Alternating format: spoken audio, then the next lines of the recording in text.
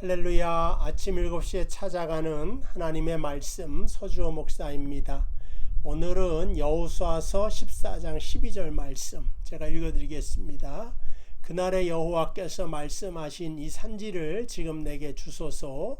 당신도 그날에 들으셨거니와 그곳에는 아낙 사람이 있고 그 성읍들은 크고 견고할지라도 여호와께서 나와 함께 하시면 내가 여호와께서 말씀하신 대로 그들을 쫓아내리이다. 아멘. 주일에 이어서 주일날 이 말씀을 해야 되는데 시간 관계상 또 이제 초점이 좀 달라요. 달라서 일반적인 말을 좀 하기 위하여서 같은 본문의 말씀을 선택하였습니다. 이 산지를 내게 달라고 하는 말은 너무나도 유명해서 모든 사람들이 다 잘 알고 있는 그러한 말씀이 됩니다. 우리가 가져야 될 좋은 생활 태도는 기대감을 갖는 거다. 성경상으로 볼 때 믿음을 갖는 거다. 그렇게 생각할 수가 있습니다.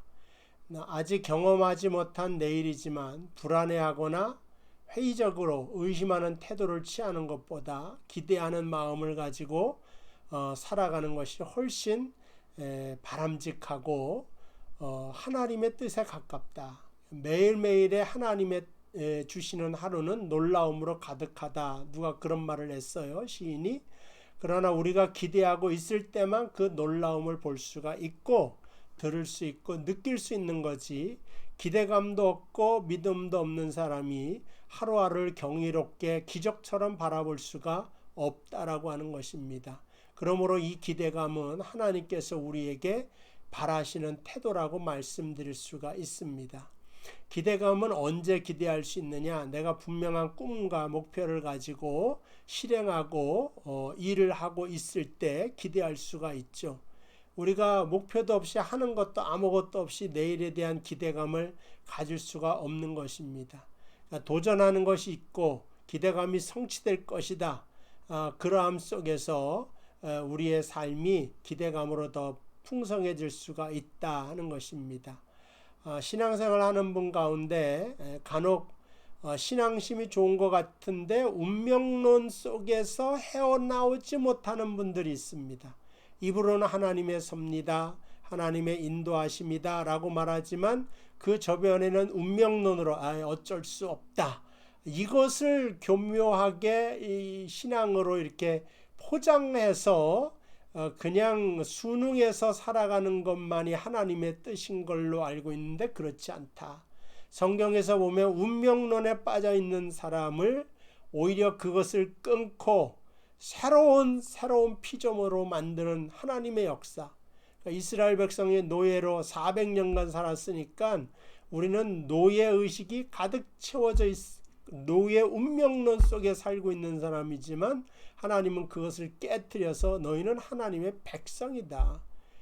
애굽의 노예가 아니라 하나님의 선택한 거룩한 나라여 그의 택하신 백성이다 하면서 그를 젖과 꿀이 흐르는 땅으로 인도하시지 않습니까?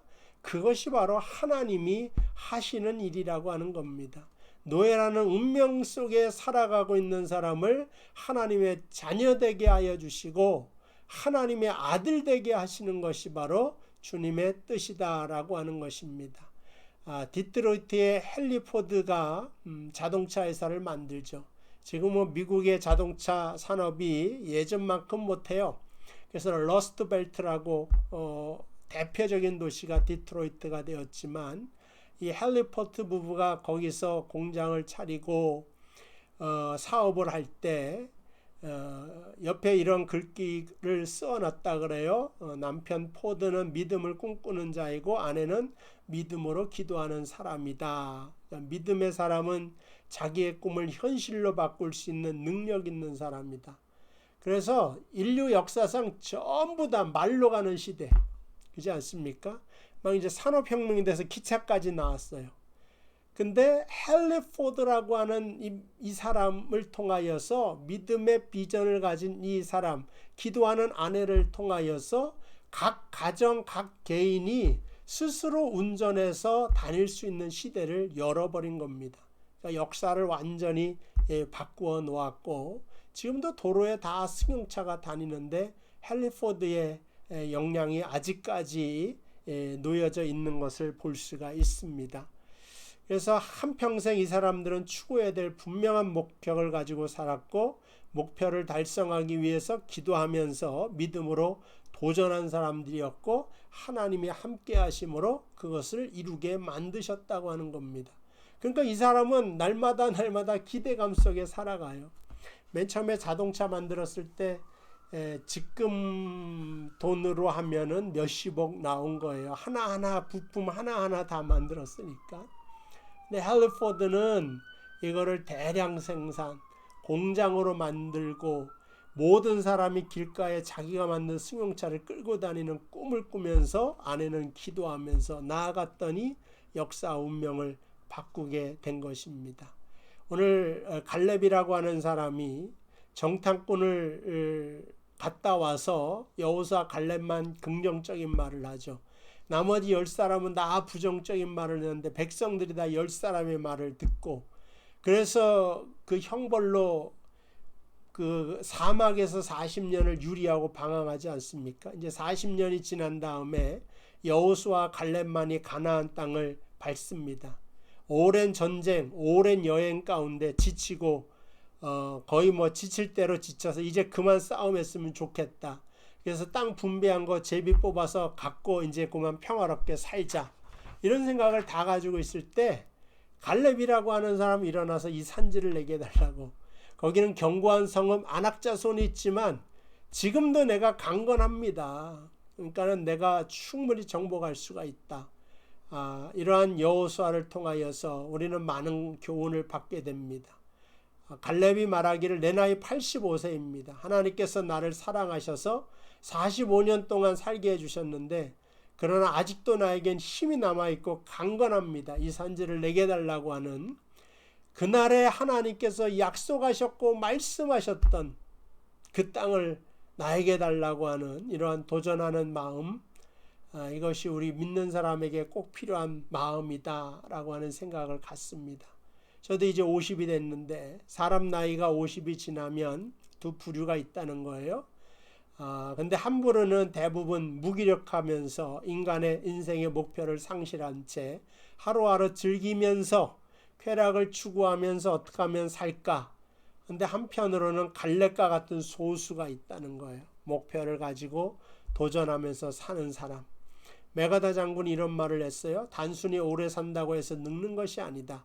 사람이 늙어가는 이유는 목적과 이상을 잃어버렸기 때문이다. 세월은 피부를 주름지게 하지만 목적 없는 무관심한 생활은 영혼을 주름지게 한다. 이런 말을 했다는 겁니다.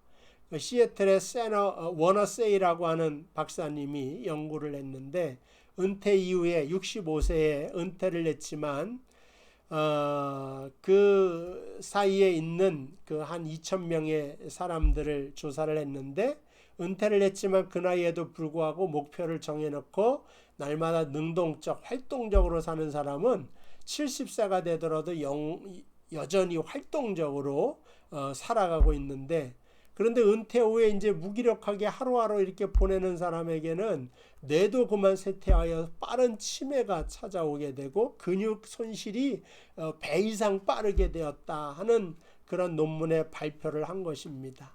그러니까 하나님께서는 우리가 매일 강건하게 살기를 원하시죠. 갈렙에게서 얻을 수 있는 교훈을 우리가 다시 한번 얻으면서, 하나님께서 나에게 주시리라고 약속하신 선지가 어디인지 기도하면서 발견하면서 하루하루를 기대 속에 살아갈 수 있는 저와 여러분 되시기를 바랍니다. 그러나 50 돼가는 제 나이에 또 우리 교인의 대부분의 사람들이 또 많이 나이 드신 분이 있는데, 이 갈렙이라고 하는 사람을 마음에 품으면서 그냥 이제 다 끝났다, 이런 생활이 안 된다. 하나님 원하시는 것이 아니다. 좀 더 능동적이고 적극적이고 그 다음에 도전적인 마음, 이게 믿음의 본질이 된다.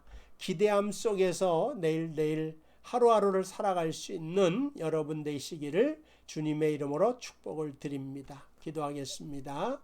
하나님, 이 산지를 내게 달라고 하는 갈렙의 모습이 우리의 모습이 되게 하시고 부족한 종의 모습이 되게 하여 주옵소서. 아버지 하나님, 정말 바람처럼 구름처럼 물처럼 살아가는 인생이 아니라 그 물속에 물의 흐름을 역류해서 흘러나아가는 살아있는 물고기가 되어서 위로 올라갈 수 있는, 독수리 날개치며 올라갈 수 있는 그러한 믿음들 다 허락하여 주시옵소서. 오늘도 기대감 속에 살아갑니다. 하나님, 이 기대감이 하나님의 역사로 인하여 이루어지게 해 주시고 성취하게 되는 역사가 나타나게 하여 주옵소서. 이 말씀을 듣는 모든 성도를 축복하고 나사렛 예수님의 이름으로 기도하옵나이다. 아멘. 감사합니다. 내일 이 시간에 또 뵙도록 하겠습니다.